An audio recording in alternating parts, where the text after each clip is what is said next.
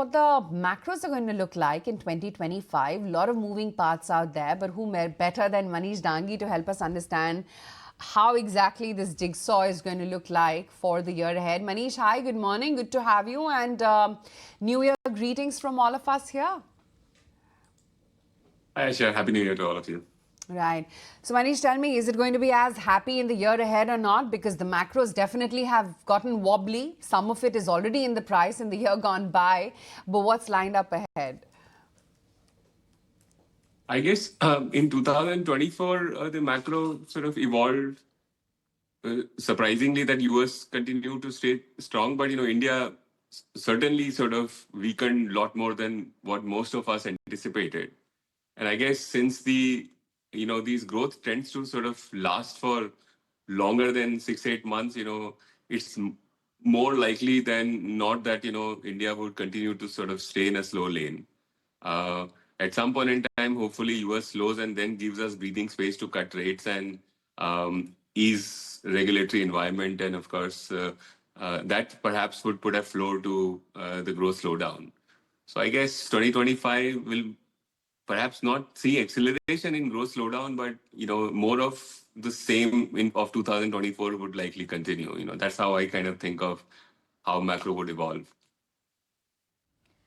Okay, so that's a take coming in as far as the macro setup is concerned. But one of the biggest challenges per se, or biggest important things to watch out for at the end of this year has been the kind of dollar strength that we have seen. I mean, 108.5 thereabouts.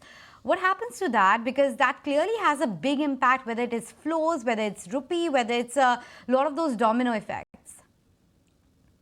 Yeah, so in a sense, it is born of the fact that US didn't slow, and therefore US Treasuries, especially after the Trump's sort of winning, have risen again quite dramatically. And so there's a clear wedge between a high US Treasuries and on the other side, let's say what has happened to China rates. Rates have plummeted dramatically. It's at 160, 170 now on 10-year bond. So this wedge actually opens up, a situation in which dollar continues to strengthen. Now, as I said, right, that until US slows, US treasuries cool off, and then US dollar actually weakens, the financial conditions will continue to tighten across rest of the world. So your question, of course, is that what happens? Tight dollar, of course, means tight financial conditions, and that essentially means that the emerging markets, more specifically, don't do well, both equities and bond. In India's case, because our CAD and inflation are in control, we still had, bonds rally a bit. That hasn't happened to many emerging markets. So in some sense, India's macro is not as bad as many countries like LATAMs and all. But my hope is that at some point in time, US economy gives in, and that sort of opens up space for our currency to stabilize. And that is when perhaps, we'll have sort of sharp rate easing in India coming in. That's how I kind of think, how dollars sort of plays through our rate environment and the regulatory macro. Okay, so that's the dollar strength that we are talking about. The other big thing to watch out for is the union budget, Manish. What do you think is going to be the focus area of the government? Because the mass and the consumption side does need a lot of pickup. But on the other hand, the government has been doing a lot to push up sectors like industrials and manufacturing already. I think, budget this year as well, given the constraints that we have, that the public debt is still sort of significantly higher, 10-12% higher than what it was pre-COVID. And a commitment has been made with respect to tightening fiscal further, along with the path that's been laid out for FRBM. My guess is that, you will still see 50 basis point of fiscal sort of consolidation. Now, perhaps you don't need fiscal consolidation. You need some bit of an easing, but there are constraints which apply to us. And as such, global consensus is there to not do fiscal binge anymore. So I think the key takeaway from budget would still be likely a fiscal consolidation, along with, of course, in certain metals and many other sectors, you will need tariff hikes given the kind of dumping which is happening from China and the China manufacturing surplus. So I guess these are the two things to watch for, that, what kind of industries get protected by way of tariffs, and second is fiscal consolidation. Um, as such, budget cannot sort of stimulate growth, so the entire onus of actually re-stimulating growth sort of lies with monetary policies. So rate easing of regulatory policies by RBI, and of course letting go of currency. So let the currency weaken. These are the three instruments available to us to actually improve the growth environment. I don't think fiscal is going to do much to it.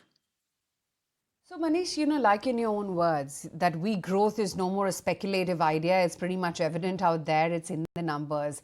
What is it that we're staring at? Because that, coupled with a weak currency, is definitely going to have its impact on the kind of, EPS that most of India Inc. is going to report. We felt the heat somewhat in the previous quarter.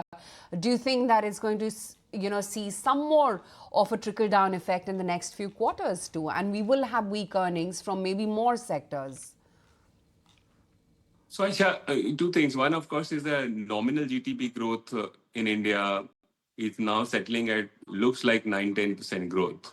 So that kind of sort of caps the overall earning growth that you can have. Second, of course, is that the margins are still fairly elevated relative to what we had pre-COVID. And corporate margins have rolled over in most parts of the world outside of US and India. So I think the biggest risk remains that at some point in time, if the weak growth macro sort of continue to persist, would these companies have the kind of margins that they have right now? That sort of is the biggest risk Indian markets face. So would that happen or not is anyone's guess. But if you in your mind, if you're thinking that growth would not re-accelerate and would remain in 9 to 10% of nominal GDP growth, more like 5.5-6% of real GDP growth, I think the base case should be the margins roll over. And basically, the high Ps of India are mostly high margin play. If the margins are not going to be sort of staying here, the basic case to make that, India can afford to be trading at 21, 22 times of forward earnings sort of can't be made.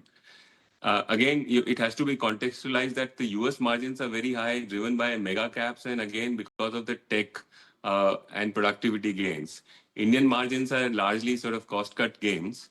I think they can sort of give back, if the growth sort of continues to stay in the slow lane. So I think that remains, to your question that, would the EPS continue to surprise on the downside?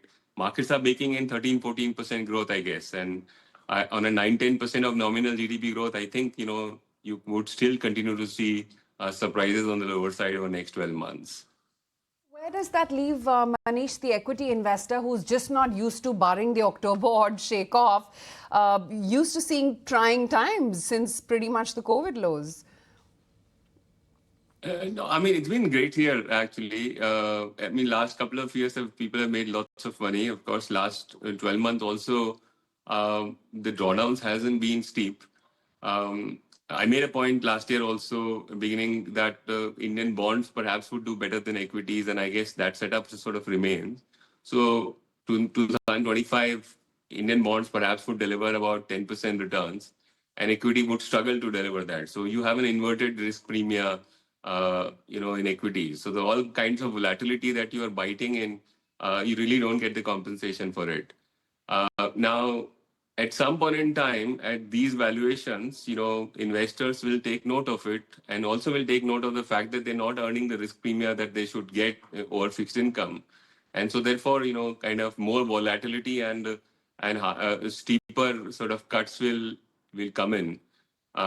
Otherwise, so far, it's been sort of a somber year, at least the last 6 months, but, not so bad. My general advice to investor would be that look at margin. You could always think of simple things like bonds, which perhaps would deliver as much as equity or perhaps even better. Given that there is a lot of tug of war in terms of valuation versus macro right now in Indian equity markets. That's about equity markets specifically, Manish, but how should one look at the portfolio allocation this year? I mean, last year, gold did very well, Bitcoin did very well. You, of course, had US equities outperform massively thanks to that dollar strength. Eagles is something which is on the higher side, given all of this context and what we discussed in terms of the macroeconomics. how would you change your portfolio allocation for 2025 versus 2024? I guess I made this point, that it likely overweight bonds is how I would sort of recommend to an average investor that basically the long bonds in India at 675, 680 has space. India macro has weakened, growth has weakened, the core inflation has been in 3 to 4% range for a good 12 months. And on top of it, of course, there are clear cracks in terms of household balance sheets now. The credit portfolios, you just heard the PB FinTech commentary. In general, everywhere the NBFCs and the small financiers are struggling, not just in unsecured, but now the stress is entering in the secured as well. So my base case is that, given all of this, Indian rates will ease sort of pretty significantly, maybe 3, 4, 6 months out, because, you still have a stress of tight dollar right now. And that means that, Indian 10-year bond will be more like 6-quarter or even lower a year out, when we are talking, let's say, early 2026. And that would mean that good 10% returns you would have extracted from silver buying bonds. So from an asset allocation standpoint, it makes sense to be sort of long bonds versus equities. Within equities, I guess, from asset allocation standpoint, a little bit of a long IT, long wholesale finance versus local consumption play in discretionaries is how kind of I would think one should sort of place their bets on. On that note, we'll let you go. Thanks so much for joining us today, and best wishes for 2025. Yeah. Well, at this point of time, what's actually coming in? If you like this video, then like, share and subscribe to ET Now.